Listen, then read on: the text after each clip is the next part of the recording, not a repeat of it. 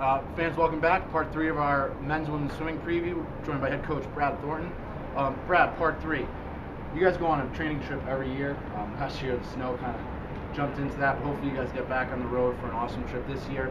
And then you come back from that New Year's trip, and you immediately take on TC&J and Johns Hopkins, two elite teams in the country. What are you looking for in that portion of the schedule? The trip, and then a couple big meets before the postseason. Yeah, well, the biggest thing is we're doing a meet us there training trip. So we're actually going to not come back to campus first, train for a few days, and then go on training trip. We're just going to start our training trip.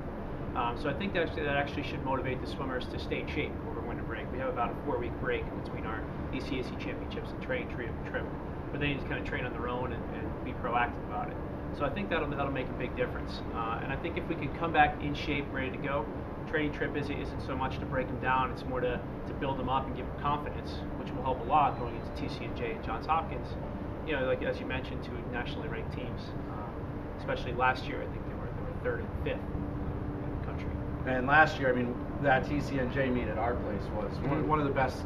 It's one of the best atmospheres that I've watched as in my position, and I'm sure it was one of the most memorable meets for you guys as coach, but also probably for the kids in terms of that competition and things like that. All right, Coach. Part 4 coming at you guys in a couple days.